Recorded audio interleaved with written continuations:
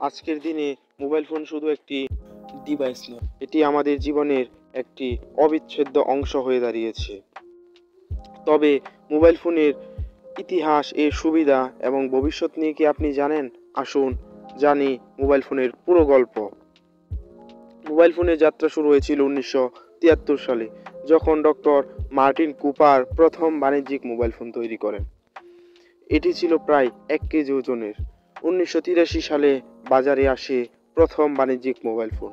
সময়ের সাথে feature phone থেকে স্মার্টফোনে রূপান্তর ঘটে, আর আজ আমাদের হাতে রয়েছে অত্যাধুনিক প্রযুক্তি সমৃদ্ধ ডিভাইস।